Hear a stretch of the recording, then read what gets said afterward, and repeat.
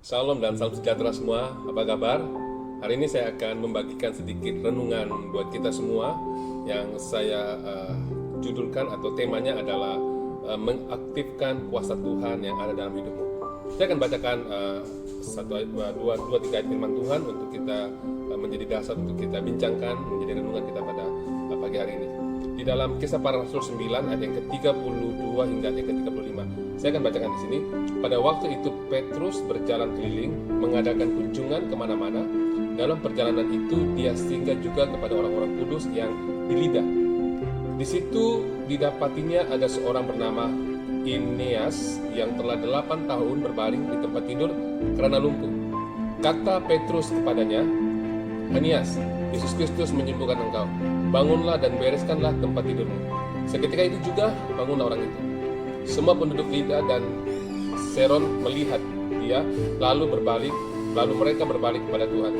Saudaraku, kalau kita baca dalam ayat ini tadi, ini menceritakan tentang Petrus berjalan berkeliling, melayani banyak orang dan dia mengadakan kunjungan di mana-mana. Petrus, kalau kita lihat di sini, Petrus dia sentiasa mengaktifkan kuasa Tuhan yang ada dalam hidupnya. Suatu ketika di mana dia telah masuk ke satu rumah dan mendapati Eneas sudah 8 tahun berbaring di tempat tidurnya. Ketika Petrus datang lalu mendoakan dengan kuasa Tuhan dan diaktifkan dalam hidupnya, maka bangunlah Eneas seketika itu juga saudaraku, bagaimana dengan kita?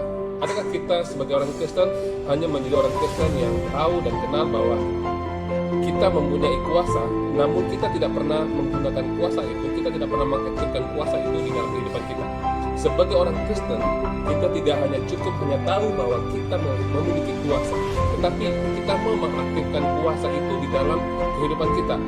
Saudara yang seiman dalam Tuhan, Petrus, dia berkeliling, dia sengaja mencari orang yang perlu diberkatinya. Dia mendoakan banyak orang dan mengalami banyak mujizat Tuhan. Saudaraku yang seiman dalam Tuhan, mari kita sebagai orang percaya, sebagai orang Kristen, kita berusaha dengan sengaja mencari peluang untuk berdoa untuk kebutuhan orang lain, sehingga mereka bisa merasakan kuasa Tuhan, merasakan hadirat Tuhan, merasakan berkat Tuhan. Saudaraku yang seiman dalam Tuhan, ketika kita berdoa dengan kuasa Tuhan yang diaktifkan dalam hidup kita, mereka akan mengalami Tuhan secara pribadi. Dan saya percaya bahwa ketika kita belajar mengaktifkan kuasa Tuhan dalam hidup kita, Ia akan membuat orang yang merasakan, orang yang menerima kuasa itu akan berbalik kepada Tuhan. Saudaraku yang seiman dalam Tuhan, mari saya menghimbau semua kita belajar mengaktifkan kuasa Tuhan dalam hidupmu dan sengaja mencari peluang untuk mendoakan orang lain yang memerlukan mujizat Tuhan, yang memerlukan lawatan Tuhan.